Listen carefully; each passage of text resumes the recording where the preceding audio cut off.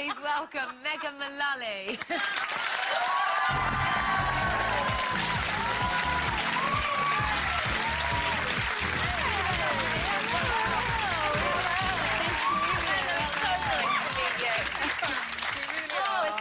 Seeing that clip. I haven't seen a clip of that show for so long. But it still runs here, and it's still a big part of our TV landscape. Oh, and good. she is a gift, isn't she, of a character? Thank you. Yeah, what a great character that was to play, and what great writing. Every day. I mean, every line was just like its own little masterpiece. You miss her, you must do. I Yes, guess. yeah, I do. Well, it's so fun to play such a well-written character, so you just kind of hope that there'll be more.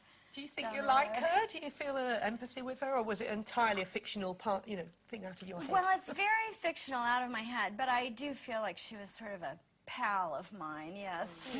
Well, she's the kind of friend you'd want, because she's everything you're never brave enough to be. That rude, that outspoken, and that outrageous. Yeah, I mean, she was so drunk most of the time, wasn't she? Oh, drunk and on pills. Please be. Yeah, saying all the things that you would never dare to say out loud. You really wouldn't even dare to think, but then she'd just say them right out, so. Huge pressure on you when you're out and about, just off-duty being yourself, to be that funny and scathing the whole time, I would imagine. Well, I'm not very scathing in real life, so I'm relatively amusing, but not particularly scathing, so. But what I loved about that programme, apart from your wonderful performance, was the way it introduced gay characters into mainstream television for the first time, and that was really breaking new ground. It was, and now every show in America has at least one gay character, it seems like, if not more than one.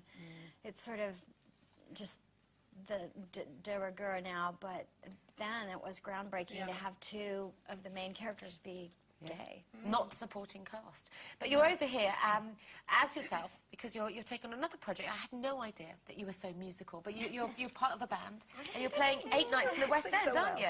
Yes, at the Vaudeville.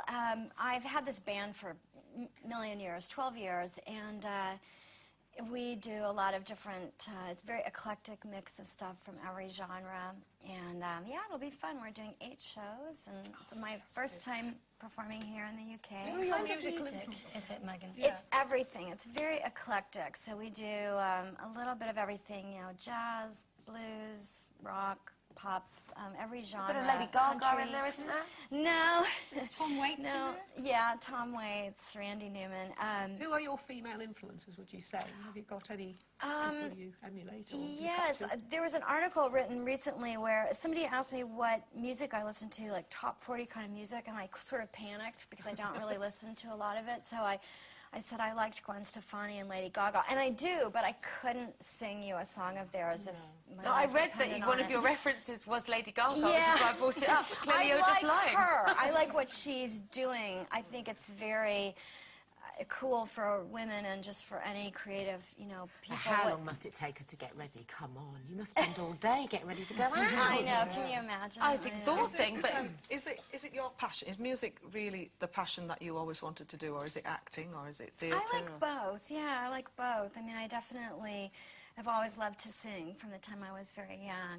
And I didn't realise you started in musicals. You've done a lot of musicals. Yeah, I've done haven't you? 3 Broadway musicals. Yeah, I'm getting ready to go do a play on Broadway, but I do enjoy musicals. It's amazing with American talent. You often seem to be just, you know, really pretty, really good actors, really good singers.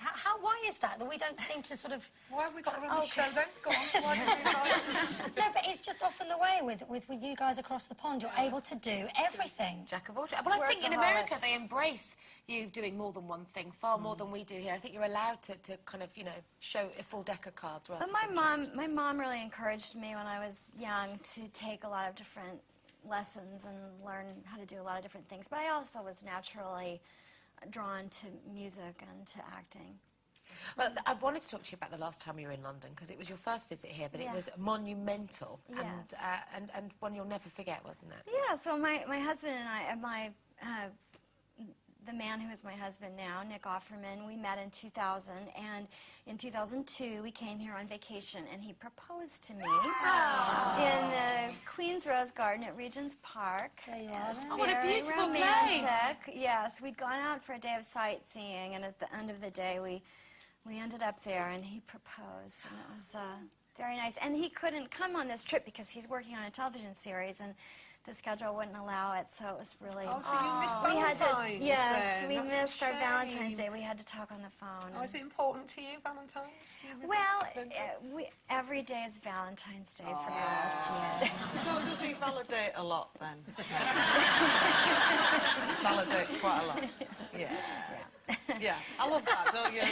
He Yeah. validates from across the pond. Yes, I Yes, know how we- that feels. I know how that feels, my dear. I really do. Really? Mine's away as well. Oh, I'm sorry. Well, you're here for a little while because, as we said, you've got 8 nights playing Yeah, at the here Vaudeville. for a week. Very Here in excited. the West End. The best of luck. Thank you It's so lovely much. To meet Thank you for having me. And ladies and gentlemen, let's give it up for Megan.